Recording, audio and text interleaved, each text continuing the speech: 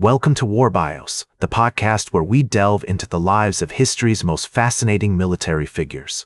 I'm your host, General Biography, and today we're going to explore the life of Albert Kesselring, one of the most skilled and controversial generals of World War II. Born on November 8, 1885 in Marksobel, a small town nestled in the picturesque landscape of southern Germany, where the Alps meet the rolling hills of Bavaria, Kesselring's early life would shape him into a brilliant strategist and a complex individual, whose legacy continues to spark debate among historians.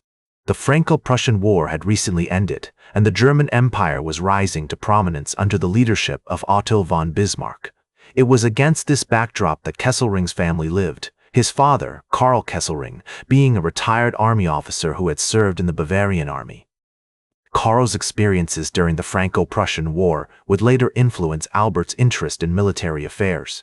Kesselring's childhood home was a modest one, situated on the outskirts of Marksobel, surrounded by rolling hills and dense forests. His family was part of the lower nobility, with a long history of military service. Albert's mother, Rosina, was a homemaker who managed the household and cared for their 5 children. The Kesselring family was known for its strong values, discipline, and patriotism, all of which would shape Albert's character and future path. As a young boy, Albert was fascinated by stories of military conquests and great leaders. His father regaled him with tales of the Franco-Prussian War, and he spent hours poring over maps and reading about battles. This interest in military affairs was encouraged by his parents, who recognized their son's aptitude for strategy and tactics. In 1894, at the age of 9, Albert began attending the local Volksschule in Marksobel, where he excelled in his studies, particularly in mathematics and history. In 1900, at the age of 15, Albert enrolled in the Bayerische Kadettenkorps, a prestigious military academy in Munich. This marked a significant turning point in Kesselring's life, as he embarked on a path that would lead him to become one of the most prominent military leaders of the 20th century. During his time at the academy, Kesselring excelled in his studies, demonstrating a natural aptitude for tactics and strategy. He developed strong relationships with his fellow cadets, many of whom would go on to become influential figures in the German military. Kesselring's education and training at the Bayerische Kadettenkorps were rigorous and demanding. He studied military history, tactics, and strategy, as well as languages, mathematics, and science. The academy's emphasis on discipline, hard work, and loyalty instilled in Kesselring the values that would guide him throughout his career. In 1904, Albert graduated from the academy and was commissioned as a lieutenant in the Bavarian army. The seeds of his future success as a commander are already visible, but so too are the flaws and biases that would shape his decisions on the battlefield.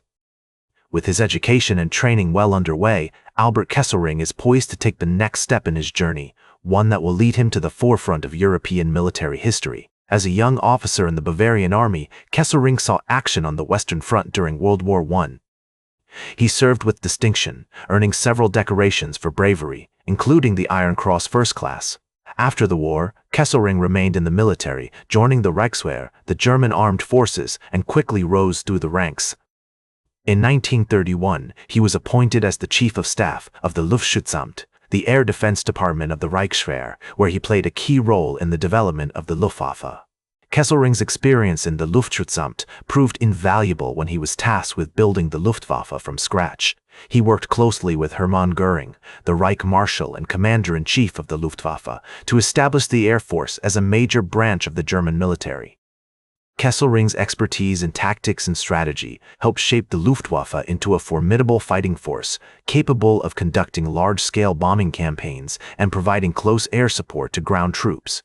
In 1936, Kesselring was promoted to the rank of Generalleutnant and appointed as the Chief of Staff of the Luftwaffe. He played a crucial role in planning and executing several major military operations, including the invasion of Poland in 1939 and the Battle of Britain in 1940. Kesselring's leadership and strategic thinking earned him widespread recognition, and he became known as one of the most talented and innovative Air Force commanders of his time. As we explore Kesselring's career during World War II, it's essential to consider the context in which he operated. The Luftwaffe was a relatively new branch of the military, and its doctrine and tactics were still evolving. Kesselring's experiences during World War I interwar period had taught him the importance of adaptability and innovation on the battlefield. He was willing to experiment with new tactics and technologies, often taking calculated risks to achieve his objectives. One notable example of Kesselring's innovative approach to warfare was his use of airborne troops during the invasion of Crete in 1941. The operation, codenamed Operation Mercury, involved a large-scale airborne assault on the island, with German paratroopers and glider-borne troops playing a key role in securing key objectives. Although the operation was ultimately successful, it came at a high cost in terms of casualties, and Kesselring would later acknowledge that the risks had been significant. His leadership and strategic thinking would play a crucial role in shaping the course of the war, but he would also face difficult decisions and moral dilemmas that would haunt him for the rest of his life. As the Allies advanced on Germany from both the east and the west, Kesselring found himself facing increasingly difficult decisions as the commander-in-chief of the German forces in Italy. Despite being outnumbered and outgunned, he continued to fight tenaciously, using his mastery of tactics and strategy to inflict significant casualties on the Allied forces. However, as the war drew to a close, Kesselring was forced to confront the reality of Germany's defeat. In April 1945, Kesselring was appointed as the commander-in-chief of the German forces in the West, replacing Field Marshal Gerd von Rundstedt. He was tasked with coordinating the defense of Germany against the advancing Allied armies, but it was a hopeless task.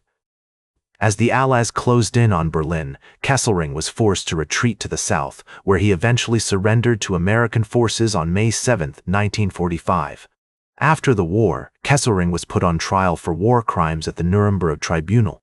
He was charged with ordering the bombing of civilians and the destruction of cultural monuments, but he maintained that he had acted within the bounds of military necessity. In 1947, Kesselring was sentenced to death, but his sentence was later commuted to life imprisonment. Kesselring spent the next several years in prison, where he wrote his memoirs and reflected on his role in the war. He was eventually released from prison in 1952 due to poor health and returned to Germany, where he died on July 16, 1960, at the age of 74. Despite his controversial legacy, Kesselring remains one of the most fascinating figures of World War II.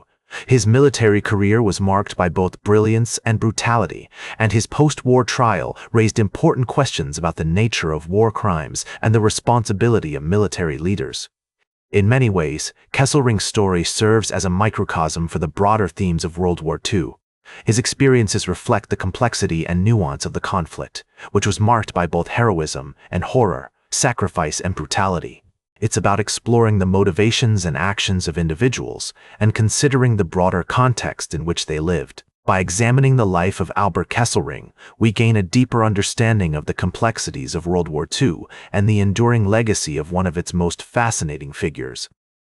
That's all for today's War Bios. Remember to like, share, and subscribe, and until next time, I'm General Biography, reminding you to keep marching toward victory.